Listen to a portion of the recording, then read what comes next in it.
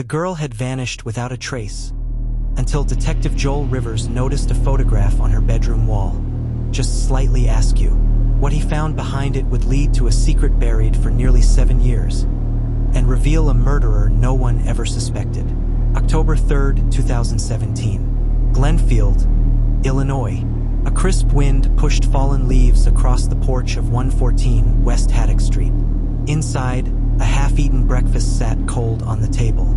The back door was unlocked, and 17-year-old Megan Rutledge was nowhere to be found. Her mother, Denise, had returned from a night shift at the hospital around 8:30 a.m. Megan was supposed to be getting ready for school.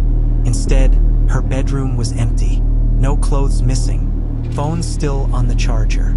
Her car in the driveway. First, it was thought she had gone for a walk. Maybe a friend picked her up. Small towns try to believe in simple answers. But hours passed. Calls went unanswered. And by nightfall, the Rutledges filed a missing persons report. The case fell into the hands of Detective Joel Rivers, a 42-year-old veteran of the Glenfield Police Department. He was methodical, quiet, the kind of man who let silence do the talking in interrogations. Joel had handled runaway teens before, but something about Megan's disappearance, it didn't feel impulsive. It felt planned. Or worse, Joel started with Megan's room. Neat, untouched.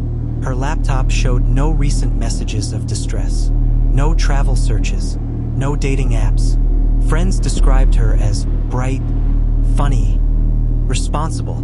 Her GPA was perfect. Her future was Columbia University. There were no enemies, no boyfriend, no secrets, or so it seemed, until Joel found the first strange detail. A white notepad tucked beneath Megan's mattress. On it, she'd scribbled a series of initials. JR, CT, OW, basement.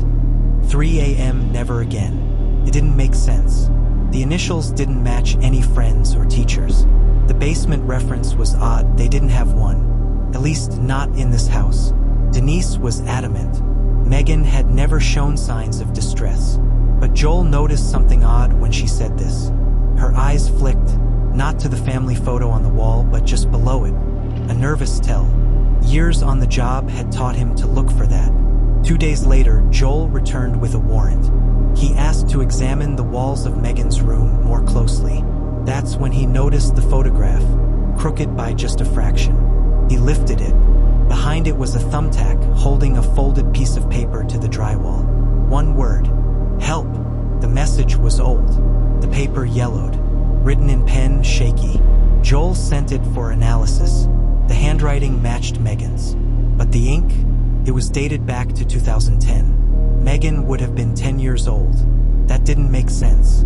Why leave a note 7 years ago and never follow up? Unless the danger had never gone away. Joel pulled old police records. In 2010, the Rutledges lived in a different house on the east side of town. A modest 2-story property. Denise had divorced Megan's father, Charles, that same year, citing irreconcilable differences. But buried in the public housing archives, Joel found a disturbing detail. That home had a basement. Neighbors remembered something strange about the old house. The basement windows were boarded shut. And once, during a renovation, a plumber reported hearing muffled sobs from a sealed storage room. But no report was ever filed. Joel contacted the current occupants. With permission, he inspected the basement. Dust choked the air. Most of the room had been stripped, but in the far corner, behind a false wall, Joel uncovered a tiny, closet-sized crawl space. Inside were scratches on the wood, like fingernails dragged against it. Carved into the beam was the same word he found behind Megan's photo. Help! DNA analysis confirmed it. The sample matched Megan, but it also matched another person, a male relative. Denise was brought in again. This time, Joel asked directly, "Did anyone else live with you in 2010? Someone not listed in official records?" Her hands trembled. Then she broke. Her younger brother, Caleb Tarrant, had lived in the basement briefly after a parole violation. He was recovering from addiction, she said. He wasn't violent, but Megan had always been scared of him. It was just paranoia. Denise whispered. She was a sensitive kid, but Joel wasn't convinced. Caleb had disappeared in 2013, supposedly moved to Florida, but no forwarding address was found. No employment history, nothing since the last known paycheck dated April 15, 2013. Joel now believed Megan had been hiding something for years, something traumatic that had been dismissed. And then, as he reread the initials on the notepad JR, CTOW, it clicked. CT equals Caleb Tarrant. But who were the others? A cross-check of sex offender registries from that time revealed a chilling coincidence. A registered offender named Owen Walker had been Caleb's roommate at a halfway house back in 2009. And Jordan Ricks, another parolee, had frequented that house according to parole officer logs. 3 men, 1 child, and a sealed crawl space where she left claw marks. A forensic sweep of Megan's laptop found a deleted video file. It had been hidden in a folder disguised as school notes. Recovered footage showed Megan speaking softly to her webcam. "If I ever go missing, check the house on Lindell Street. The basement. I don't know what they did to me back then. I just remember the smell." And Caleb whispering that if I told anyone, he'd finish what he started. "But I remember the initials now. JR was the mean one. OW laughed the whole time. I was just a kid." The video cuts off as she begins crying. When confronted, Denise broke down. She had known more than she let on. Not everything, but enough. She had found one of Megan's drawings in 2011. Stick figures, with red X's over their faces. A girl in the middle crying in a box. She dismissed it as imagination. "I was afraid if I told anyone, they'd take her from me," she whispered. Joel asked one last question. "Where is Caleb now?" Denise stared blankly. "He came back in August. Said he needed money. I gave him a little. I didn't want Megan to see him. But she was home that day. That was 3 days before she disappeared." A tip came in from a gas station security cam off Route 94. It showed a man matching Caleb Tarrant's description, driving Megan's car. The timestamp, October 3rd, 2017, 6:12 a.m., 2 hours before Denise got home. The footage had never been reviewed until now. And just before the car pulls away, Megan can be seen in the passenger seat, mouth moving, possibly yelling. One arm is pressed to the window. Then, in a blur, Caleb turns sharply toward her, and the camera cuts out. Joel stared at the frozen frame. She was alive. She was with him. And now, she's missing again. October 10th, 2017. The town of Glenfield, Illinois, stirred uneasily. The kind of unease that sinks into quiet neighborhoods like fog, where front doors are double-locked and porch lights flicker longer than usual. Detective Joel Rivers had the footage. The timestamp confirmed it. Megan was alive that morning. The man behind the wheel, Caleb Tarrant. A ghost. A name no one had spoken in years. Now, that ghost was driving straight into darkness with a girl no one could find. There was no license plate visible, but Megan's phone had pinged, just once, off a cell tower near Sycamore County, 90 miles away. Then silence. No further signals, as if she'd simply disappeared. Joel drove the route himself. Every rest stop, every gas station. He asked clerks to check old footage. And finally, at a battered station on Route 59, he found something. The car, just sitting there, empty, doors locked, Megan's backpack in the back seat. But no sign of her, or Caleb. Inside the backpack was a single item of interest. A tape recorder. Old school. No batteries inside, but the cassette was intact. Joel brought it back to the precinct, slid it into a working player, pressed play, and heard breathing. Then Megan's voice, shaky, whispering, "If someone finds this, he's not just taking me. He says there's another girl. She's still alive, somewhere cold. I heard crying. Please hurry. I think we're in the woods. I think he's going to kill her." The next day, Joel returned to the crawl space in the old house on Lindell Street, the one where Megan had been locked in as a child. He hadn't been able to shake a hunch. Behind the drywall was more than he first thought. Ripping back the remaining boards, he found an old military footlocker. Inside, wrapped in plastic, were 3 more cassette tapes, each marked with a year: 2010, 2011, 2013, each one more disturbing than the last. They were recordings of children crying, of whispered threats, and of Caleb's voice, calm, cold, deliberate. "You're going to forget this happened, just like the last one did." I told her the same thing. She didn't listen. Joel sat frozen. These weren't just past traumas. These were proof. And not just of abuse, but of abduction, possibly murder. The 2013 tape had another voice. A girl's voice Joel didn't recognize. Forensics enhanced the audio, extracted a name whispered halfway through. "My name is Rachel. Rachel Monroe." That name was familiar. Rachel Monroe had gone missing at age 11 from LaSalle County, about 60 miles south, in 2013. Her case went cold. Until now. Joel contacted the Monroe family. A match was made from old audio. It was Rachel, but no body was ever found. This changed everything. Caleb Tarrant wasn't just a fugitive. He was possibly a serial predator. When confronted, Denise Rutledge, Megan's mother and Caleb's older sister, crumbled again. "I didn't know about the other girls," she said, sobbing.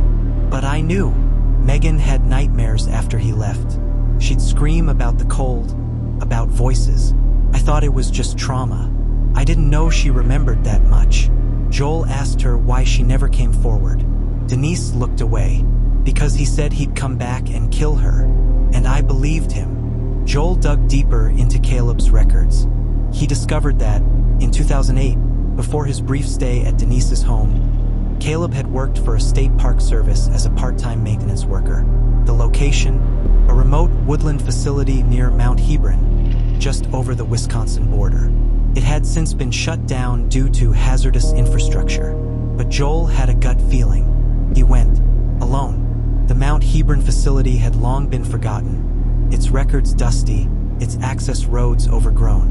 Joel hiked a half-mile in, and there it was, a crumbling wood-frame cabin, windows shattered by time and wind. Inside, it smelled like mildew and old pine.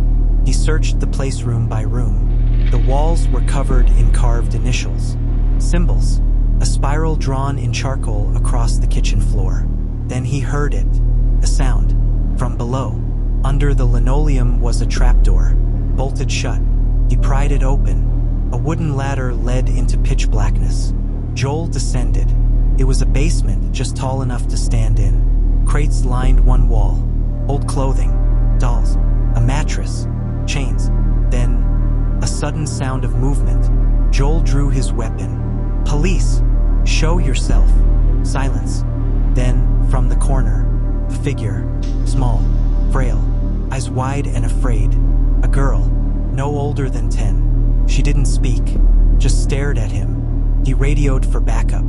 She clung to his leg as they climbed the ladder out of that dark hole. Her name was not Rachel. Her name was Elena. At the hospital, Elena began to talk. Slowly, quietly. She had been taken 6 months earlier from across the state line. Her parents thought she'd drowned in a river, but Caleb had taken her, told her that she was being rescued from a broken world. Elena said something else. She'd seen another girl. She cried a lot. He said she wasn't ready. Then she disappeared one night. He said she went to the other place, the deep one. Joel's breath caught in his throat. Megan. She was here. She had been here. But now, she was somewhere else. Before leaving the cabin, Joel collected every item, every scrap of evidence. And among them, beneath a floorboard, he found another tape. Unmarked. He played it in his car, heart pounding. "I know you're listening, Joel. I watched you, in the old house, behind the mirror. You're clever, but I'm always one step ahead. You think she's the last? She's not." That same night, a letter was delivered anonymously to the Glenfield police station. No return address, just 4 words on the envelope. For Detective Joel Rivers. Inside, a photograph. Megan, alive, chained, dirty, crying. The background? Concrete walls. A single red symbol painted behind her, the spiral, and a message scrawled in ink. The Deep One is watching. October 14th, 2017. Glenfield Police Department. Detective Joel Rivers stared at the photo in silence. He'd seen crime scenes, homicides, but this was something different. Not just violence, not just evil. This was ritual, pattern. The red spiral behind Megan wasn't just a shape. It was a mark. He'd seen it once before, faintly sketched in charcoal on the floor of the Mount Hebron cabin where he found Elena. Joel handed the photo to forensic analysts. There was no metadata. It had been printed from film. No digital origin. No fingerprints. But one thing stood out. The cement wall behind Megan had flecks of blue paint, a shade used in state-owned storage facilities during the late 90s. Rare. Discontinued. There were only 3 buildings in the Tri-County area that matched that combination of paint, concrete finish, and location near the woods. Joel assembled a tactical team. He wasn't waiting for another tape. 3 buildings. 1 shot. The first 2 were empty, dust and echoes. But the third, an old Department of Transportation storage warehouse near Blanchard Creek, looked wrong. Padlock on the outside, recently replaced. A door reinforced from the inside. Joel whispered to the SWAT lead, "We go in quiet. We're not here to arrest a suspect. We're here to save a life." They breached at 3:42 a.m. The team moved fast, room by room, until they found it. Cement walls, the red spiral, chains, and in the corner, Megan, barely conscious, thin, eyes blinking at the sudden flood of light. Joel rushed in, unshackled her. She collapsed into his arms. But then, a click. A door slammed shut behind them. One of the officers shouted, "We've got movement, north exit." Through the window, a figure in a dark coat sprinted into the woods. It was Caleb. Joel ran, heart thudding, the cold air slicing his lungs. Caleb moved like a shadow, familiar with the terrain, ducking between trees, vaulting over brush. But Joel had something Caleb didn't. Purpose. For Megan. For Rachel. For the unknown number of girls lost in silence. After half a mile, Caleb slipped. A root caught his ankle. Joel was on him in seconds, gun raised. "Don't move." Caleb turned, slowly. His mouth twisted into a crooked grin. "You're too late, Joel. You saved one. That's all." Joel cuffed him. "You're done." Megan was taken to Glenfield General Hospital. She survived. Malnourished, bruised, but alive. And she talked. She remembered the night Caleb came back. Said he needed to finish the story. He talked in riddles. Said she was part of a cleansing, that others had gone before her. She was kept in darkness, drugged. He played tapes, the crying voices of other girls. The spiral was a symbol, he said. Portal. The Deep One watches what the world ignores. But it didn't end with Caleb. Forensics recovered more cassette tapes from the spiral room. Over 30, most dated, some recent. Joel listened to every one. One in particular stopped him cold. "We wait for your signal. Let us know when the next is ready. OW. OW equals Owen Walker. The man Joel had identified as a parolee from Caleb's past. The man who had seemingly vanished. It wasn't just Caleb. It was a network. And someone else, possibly higher, possibly worse, was still out there. 2 weeks later, Caleb sat in an interrogation room. Joel stood across from him, tape recorder rolling. "Who is OW? Who else was in on this?" Caleb just smiled. "You think this ends with me? There are basements you haven't opened, rooms you haven't found." He leaned forward, eyes glinting. "She wasn't the first, and she won't be the last." 3 months later, winter, a janitor in Toledo, Ohio unlocked a storage unit after complaints of a smell. Inside, chains, cassette tapes, and a spiral drawn in blood. But no body, just a chair, and a name scratched into the back wall. Joel Rivers. If this story gripped you, if Megan's survival gave you hope, and Caleb's twisted secrets left you speechless, this is only the beginning. There's a hidden web behind the spiral, and someone is still out there. Bell subscribe now and turn on notifications so you don't miss part 4. The Network. Man Detective, drop your theories in the comments. Who do you think Owen Walker really is? And how deep does this nightmare go? Headphone if you're listening on Spotify or Apple Podcasts. Follow us and leave a review. It helps us reach more truth seekers like you.